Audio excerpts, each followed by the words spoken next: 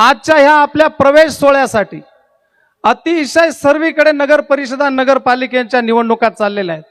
एवढं सगळं व्यस्त असताना सुद्धा सन्मान्य गिरीशजी महाजन साहेब आणि ही सगळी मान्यवर मंडळी या ठिकाणी आली. म्हणून मी तमाम मालेगावकरांच्या वतीने ह्या मान्यवरांचं मनपूर्वक सहर्ष स्वागत करतो. खूप खूप धन्यवाद देतो. भाऊ, आज मला एका गोष्टीचा विशेष आनंद होते.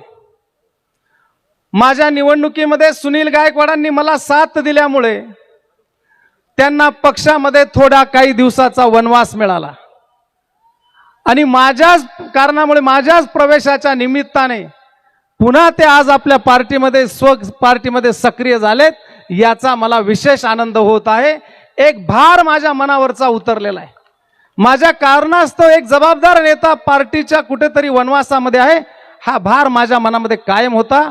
आज तो तुमच्या आशीर्वादाने, मंगेश दादांच्या आणि सगळ्या पदाधिकाऱ्यांच्या आशीर्वादाने तो भार कमी झालेला आहे. याचा मला मनस्वी आनंद आहे. भाऊ, जिल्ह्यामध्ये महाराष्ट्रामध्ये अनेक नेते भारतीय जनता पार्टीमध्ये आले असतील, परंतु आमचा हा प्रवेश सोहळा थोडा आगळा आणि वेगळा आहे. आम्ही काही इतरांसारखे दुसऱ्या पक्षातनं या ठिकाणी आलो नाही. आमची काही दुसऱ्या पक्षांची जाळं मुळं विचारधारा पटलेली नाही. आम्ही गेल्या अनेक वर्षापासून सेना भाजपचेच कार्यकर्ते आहोत, याच विचारधाराचे आहोत. म्हणून सत्ता बदलली रे बदलली, लगेच स्वतःच्या स्वार्थासाठी, स्वतःच्या मतलबासाठी, स्वतःच्या संरक्षणासाठी लगेच नेता पक्ष निष्ठा बदलणारे आम्ही संधी साधू मुळीच नाही. आणि म्हणून आम्ही ह्याच विचाराशी कायम राहिलो. निवडणुकीच्या काळातही, निवडणुकीनंतरही सगळ्या तालुक्याला माहिती की जाहीर बड्या पक्षांचे जाहीर निमंत्रण आम्हाला आली. परंतु निवडणुकीच्या काळात सुद्धा जो मिळणारा प्रतिसाद होता तो बघून सुद्धा मोठ्या नेत्यांनी आम्हाला मदत करण्याचं ठरवलं. मदत सुद्धा आर्थिक मदतीसह त्यांनी आम्हाला पाठबळ देणं. पण ज्या ठिकाणची मदत घ्यायची नाही त्या ठिकाणाच्या सावलीला सुद्धा उभं राहायचं नाही. आणि म्हणून आलेल्या मदतींना सुद्धा झुगारून आम्ही आमच्या विचारधाराशी, म्हणजे सेना भाजपची जी गेल्या 30-40 वर्षापासूनची विचारधारा आहे तिच्याशीच एकनिष्ठ राहिलो आणि अपक्ष म्हणून निवडणूक लढवली, पण कुठल्या पक्षामध्ये गेलो नाही. आणि म्हणून मी म्हणेल की काही लोक सत्ता बदलली की त्यांच्या पक्षा पार्ट्या बदलत असतात. म्हणून कतलिया तो बार बार सांप भी बदल लेते हैं, कतलिया तो बार बार सांप भी बदल लेते हैं. कुछ लोग अपने मतलब के लिए अपने तत्व, आचार, पक्ष, निष्ठा, नेता और अपना बाप भी बार बार बदल लेते हैं. मी काही 17 घर, 17 नेते, 17 पक्ष फिरून आलेली बाटलेली गंधोऱ्याची नवरी नाही. मी एकच पक्ष, एकच नेता, एकच विचार आणि तो पक्ष नसेल तर अपक्ष, पण दुसरा कुंकू लावलेली गंधोऱ्याची नवरी नाही. मी खानदानी कुणबी पाटली नाही या ठिकाणी नमूद करतो. आणि अशा पद्धतीने ह्या मार्गक्रमण करत असताना जिल्ह्यामध्ये बड्या पक्षांची 4-4 पक्ष एकत्र राहून निवडणुका लढवल्यात. आणि ह्या जिल्ह्यामध्ये आमच्या नाशिक जिल्ह्यामध्ये बड्या पक्षांचं बहुसंख्य 66 लोकांची डिपॉझिट जप्त झाले ह्या विधानसभेमध्ये.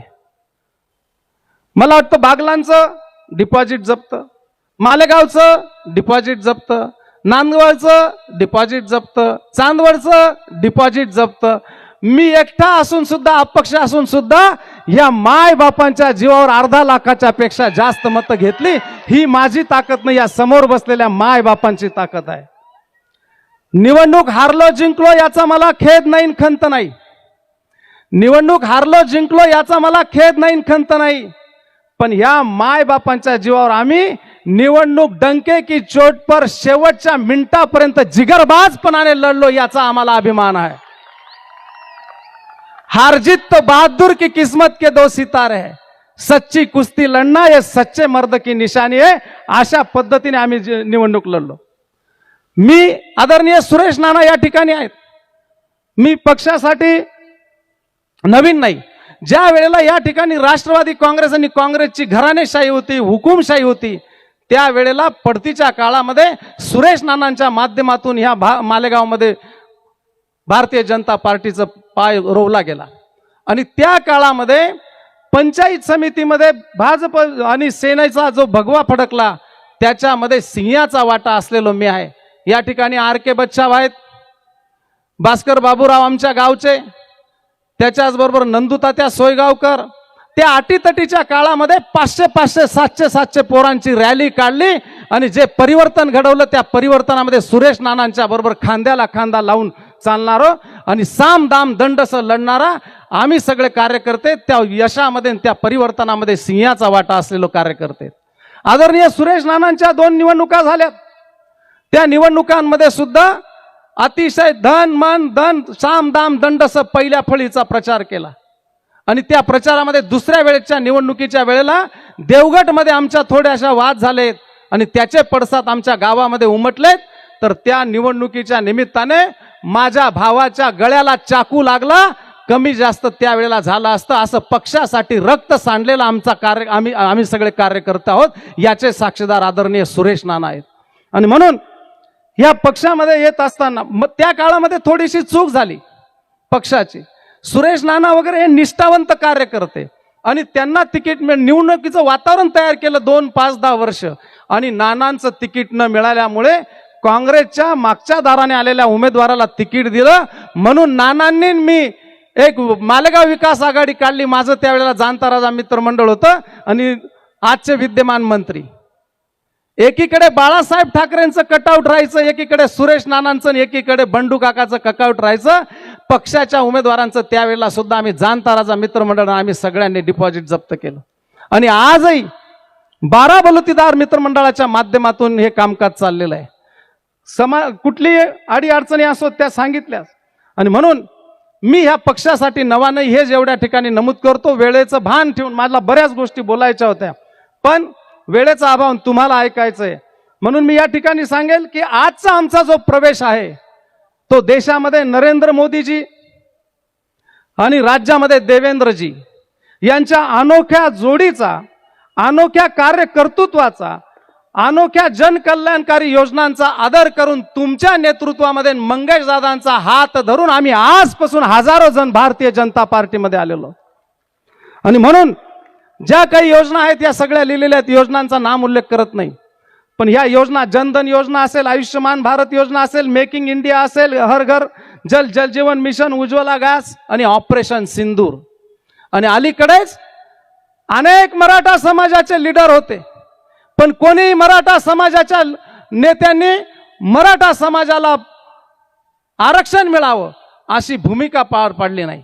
उलट पडद्या मागून किडे पाडून वातावरण कसं बिघडेल आणि भारतीय जनता पार्टीचे मुख्यमंत्री आदरणीय देवेंद्र फडणवीस साहेब हे कसे अडचणीत येतील असे षडयंत्र उभ्या महाराष्ट्राने बघितले. पण त्यांच्या काळात तर काही मराठा आरक्षण झालं नाही.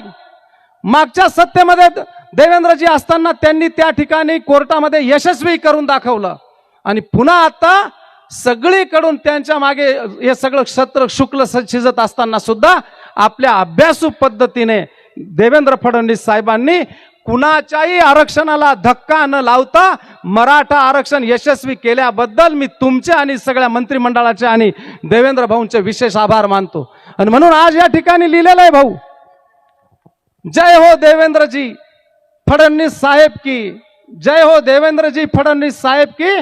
कुणाच्याही आरक्षणाला धक्का न लावता मराठा आरक्षण केल्याबद्दल हार्दिक हार्दिक अभिनंदन. आणि आज त्या सगळ्या कार्यकर्तृत्वाच्या अभ्यासू पद्धतीच्या नेत्यांचा मागे आम्ही जात आहोत. आणि म्हणून आज या ठिकाणी जे काही सुंदर विकास कामं केलेली आहेत त्या विकास कामांचा या ठिकाणी तुम्ही केंद्राचे नरेंद्र मोदी साहेबांनी केंद्राच्या ज्यांनी ज्या सुंदर जनकल्याणकारी योजना केल्या त्या योजनांचा म्हणजेच नरेंद्र मोदींचा तुमची तुळा म्हणजे आणि तिकडे मंगेश दादांचा म्हणजे देवेंद्र फडणवीस साहेबांनी जे सुंदर कामकाज केलं, कर्तृत्व केलं त्याची तुळा म्हणून त्यांचे प्रतिनिधी म्हणून मंगेश दादा अशा 2 तुळा आम्ही या ठिकाणी करून गोड जनकल्याणकारी योजनांचा गोड गुळाच्या तुळा करून आम्ही सन्मान केला आणि आपल्या पक्षामध्ये पुन्हा जोमाने सक्रिय झालेलो आहोत. म्हणून जास्त वेळ या ठिकाणी न घेता मंगेश दादा निघून गेलेले. ज्याला दुसऱ्याचं तोंड भरून कौतुक करता येतं जरी तो छोटा असेल, पण आपल्या वाणीतनं जो माणूस दुसऱ्याच्या कामाला सराहना देतो आणि मोठं करतो तो खरा मोठा असतो. मला वाटतं मंगेश दादा हे खऱ्या अर्थाने मोठे आहेत, म्हणून या वयामध्ये गिरीश भाऊंच्या खांद्याला खांदा लावून जिल्ह्यामध्ये त्यांचा प्रभाव सुद्धा वाढू लागलेला आहे. आणि मंगेश दादा आज हे विठ्ठल रुक्माई आणि छत्रपती शिवाजी महाराजांचे 2 फोटो आहेत. ही फोटो फक्त मंगेश दादांच्या आज येणार आहेत त्यांच्यासाठी आज ही फोटो टाकलेली. विठू माऊली म्हणजे जगाचा पोशिंदा तारणहार विठू माऊली पांडुरंग आणि महाराष्ट्राचा आमच्या सगळ्यांचा आराध्य दैवत छत्रपती विठू माऊली हे शक्तीचं प्रतीक आहे. आपलं विठू माऊली हे भक्तीचं प्रतीक आहे. आणि छत्रपती शिवाजी महाराज अन्यायाविरुद्ध लढायला लावणारं प्रेरणा देणारं शक्तीचं प्रतीक आहे.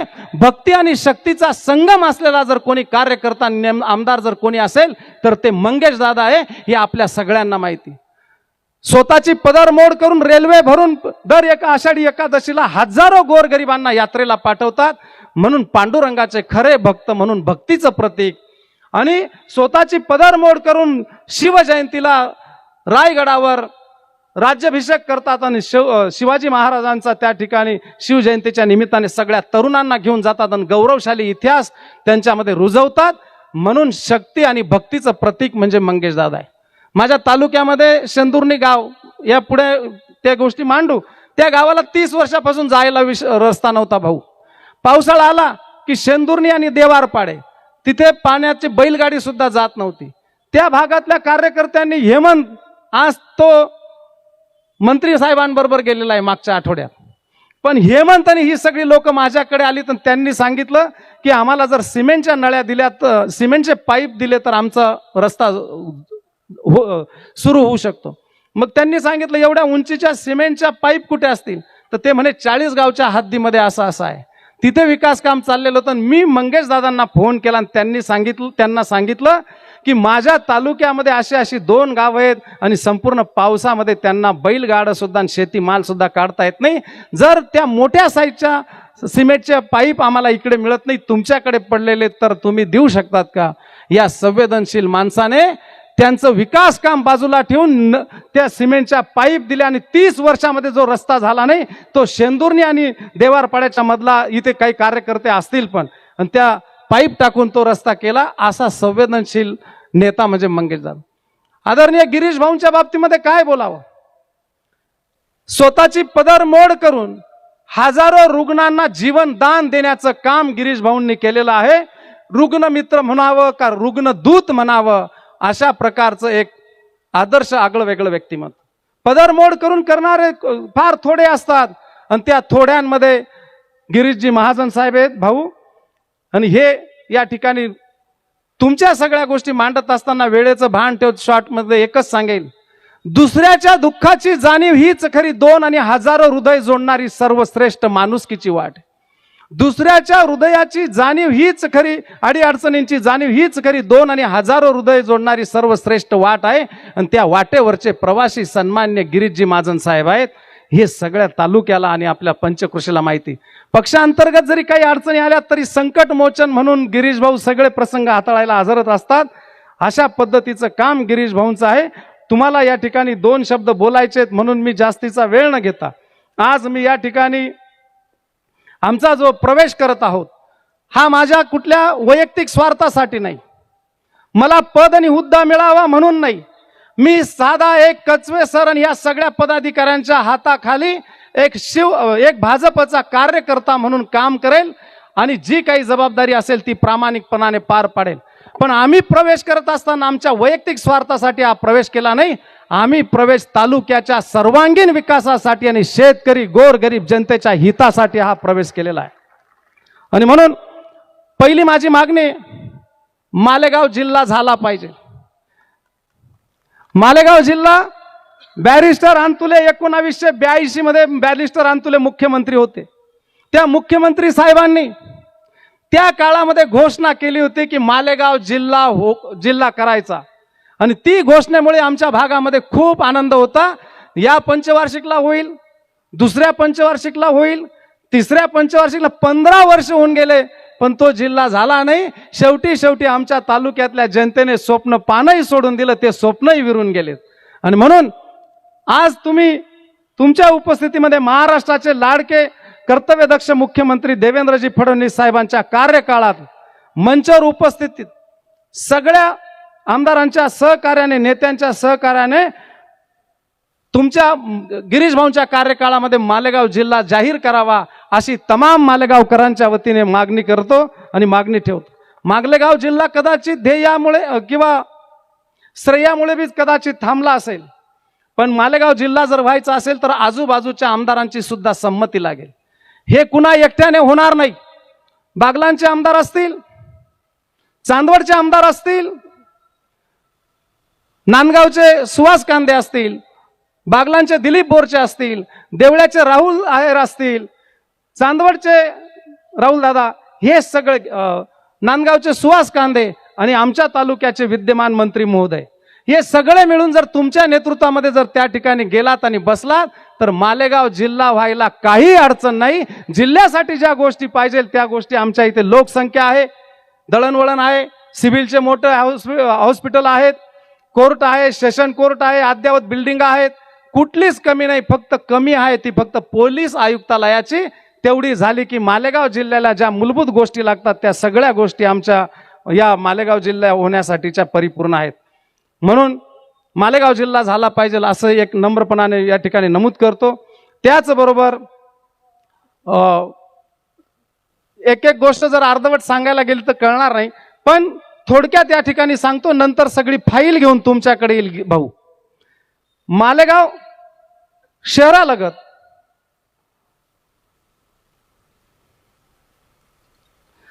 शहरालगत महानगरपालिके हद्दीमध्ये कॅम्प जवळ, दूध डेअरी जवळ गट नंबर 128 अ, गट नंबर 128 ब, हे दोन्ही मिळून 16 एकरचा भूखंड आहे. हा कॉर्पोरेशन एरिया मधला. आज तिथे कोट्यावधींचे भाव आहेत. 5 कोटी जरी धरलं तरी 16-85 कोटीची जमीन आहे. ही जमीन शेती महामंडळाची होती, सरकारची.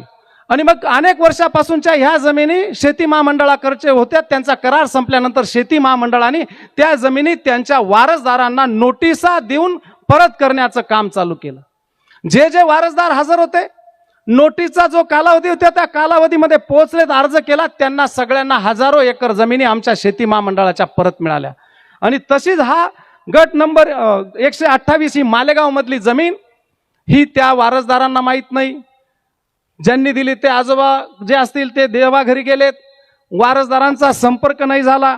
म्हणून जे जे नोटीस दिल्यानंतर आले नाहीत त्यांच्या जमिनी ह्या पुन्हा सरकार नाव त्याच्यावर लागलं आणि शेती महामंडळाचं त्या सरकार जमा झाल्यात. पण आमच्या इथले भूमाफिया, व्हाईट कॉलर यांनी ती जमीन हेरली आणि हे वारसदार, ही जमीन कोणाची ते वारसदार शोधत फिरलेत. कोणी पुण्याला, कोणी मुंबईला, कोणी नाशिकला, काही विदेशात. यांनी ते सगळे शोधून आणलेत आणि त्यांना सांगितलं की तुम्हाला आम्ही अशी एवढ्याला ही जमीन देतो, तुम्ही आम्हाला द्या, एवढे एवढे पैसे देतो. त्यांना काय, त्यांच्या स्वप्नात बी माहित नाही त्यांना मालेगावला इस्टेट आहे का काय. आणि म्हणून ती जमीन तिकडे अल्प पैशांमध्ये घेऊन हा शासकीय भूखंड लाटण्याचं काम काही मंडळींनी केलेलं आहे, भूमाफियांनी. याची चौकशी झाली पाहिजे. आणि ही चौकशीमध्ये सरळ दोष ठेवलेले आहेत उपजिल्हाधिकाऱ्याने. ज्या प्रांत शर्मा साहेब होते त्या शर्मा साहेबांनी, इथे काही मंडळी आहे बी सेक्शनचे येवला म्हणून 75 वर्षाचे गृहस्थ होते, त्या येवलांनी इथे 45 दिवस आंदोलन केलं. तहसील कचेरीच्या बाहेर, प्रांतच्या बाहेर त्याला जमीन दिली नाही आणि त्यांची मुदतीत असताना जमीन देत नाही. आणि यांना बाकी शोधून कालबाह्य जाय मुदतीनंतर आले तरी त्यांना जमीन दिली. आणि तिथे नियमांच्या बाहेर जाऊन प्रांत साहेबांनी त्या ठिकाणी नाव लावलं खासगी मालकांचं. म्हणजे प्रांत शर्मा साहेबांनी कमाल जमीन धारणा नियम जो आहे तो डावलून त्या ठिकाणी ते काम केलेलं आहे. ती माझ्या मालेगाव तालुक्यातल्या गोर गरीब आदिवासी दलित पददलित पंचाळ गोंधळी पेंढारी ही गरीब सगळ्या 18 पगड जातींची मंडळी आमच्या मालेगावमध्ये राहते. आजही गरिबीमध्ये बेघर आहेत. राहायला काहींना घर नाही, काही काही पत्रे ठोकून नदी पात्रामध्ये राहतात आणि पावसाळ्याचे दिवस येतात तर जीव मुठीत धरून तिथे दिवस रात्र काढतात. अशा लोकांना त्या जमिनीचा ज्या वेळेला विलासराव देशमुख आलेले होते त्यांनी आमच्या ह्या भागामध्ये केंद्राचा स्पेशल निधी आणून 15,000 घरं सायने आणि माळद्याकडे दिलेत. तशाच धर्तीवर पंतप्रधान आवास योजनेच्या माध्यमातून आपण जर ही जमीन ती कायद्याने आहे, कारण संबंधित प्रांतवर जिल्हा अधिकाऱ्यांनी शिस्तभंगाची कारवाई करावी, त्यांचे 2 इन्क्रिमेंट थांबवलेत. हे चुकीचं काम असल्यामुळेच कलेक्टरांनी ही कारवाई केली, पण राजहस्तामुळे त्यांच्या फक्त बदली झाली, निलंबन झालं नाही. म्हणून तुम्ही याच्यामध्ये लक्ष घाला. या मालेगावच्या आमच्या कॅम्प भागातले आदिवासी, गोर, गरीब, दलित, गोंधळी, पंचायत समितीच्या बाजूला ती मंडळी राहते, पेंढारी, या सगळ्या लोकांना जे जे बेघर असतील त्यांचा नाम मात्र निधी घेऊन त्यांना 5,000 घरांची स्कीम आमच्या इथे राबवावी, आमच्या तालुक्यातली अतिक्रमण आणि बेघर निर्मूलन करावं अशी विनंती मी तुम्हाला आजच्या प्रसंगी करतो. अनेक गोष्टी या ठिकाणी बोलण्यासारख्या आहेत. जिल्ह्याची झाली, त्याच्यानंतर या भूखंडाची झाली, ट्रामा केअर एक हॉस्पिटल जसं संदर्भ योजना आहे नाशिकला, तर लोकसंख्येवर आधारित 30 लाखाच्या पुढे लोकसंख्या असेल 50 किलोमीटरच्या परिघामध्ये, तर त्याला ती योजना लागू होते. नाशिकला जसं सिव्हिल हॉस्पिटल आहे ते असताना सुद्धा शालीमार चौकामध्ये संदर्भ सेवा योजनेअंतर्गत हॉस्पिटल आहे. आमच्या मालेगावमध्ये हायवे खूप सगळे दळणवळण खूप मोठं आहे. मालेगाव ते पुणा, मालेगाव ते इंदूर, तुम्ही घड्याळ बघतायत पण आता नाविलाज आहे. माझ्या समस्या थोडक्यात तुमच्या समोर मांडतो. तिथे ट्रामा केअर हॉस्पिटल व्हावं अशी विनंती तुम्हाला करतो. दुसरी मागणी, मालेगावकरांचे गोरगरिबांचे खिसे कापू, खासगी वीज कंपनी MPCL ठेकेदारी ही रद्द करावी, ही मागणी तुमच्याजवळ ठेवतो. यांची अतिशय मुजुराई वाढलेली आहे. सविस्तर यांचे दोष तुम्हाला सांगितले असते. वर्षामध्ये 20% रक्कम ही तालुक्याच्या जीर्ण झालेल्या तारा असतील, जीर्ण झालेले पोर असतील, खराब झालेल्या डिप्पी असतील, या बदलवण्यासाठी भरली मेंटेनन्स केलं पाहिजे. 1 रुपया मेंटेनन्स करत नाही. यांच्या लापरवाहीमुळे मालेगावमध्ये 2-3 शॉक लागून जे दुर्घटना घडल्यात. आणि अवास्तव बिलं, जे घर बंद आहे त्यांच्याकडे बी बिलं जातात, जे रेग्युलर भरतात त्यांना बी मागच्या 30-30 हजाराचे बिलं देतात की तुमच्या मीटरमध्ये फॉल्ट आहे. अतिशय मनमानी चाललेली आहे. या गोष्टीमध्ये खासगीकरण केव्हा होतं? ज्या वेळेला एका शहरामध्ये 50% पुढे वीज चोरी, वीज गळती जर लागोपाठ 3-4 वर्ष होत असेल तर त्या ठिकाणी खासगीकरण होतं. आमच्या मालेगावची 51% फक्त एकच वर्षाला झाली, बाकी सगळी 41-42 होती. असं असताना महाराष्ट्रामध्ये वसमत 57%, पाथरी 57.82%, बीड 58.65%, ठाणे 52.8%, जिंतूर 54.38%, अशा 58%च्या वीज गळत्या असलेल्या शहरांना सुद्धा तिथल्या आमदारांनी खासगीकरण होऊ दिलं नाही.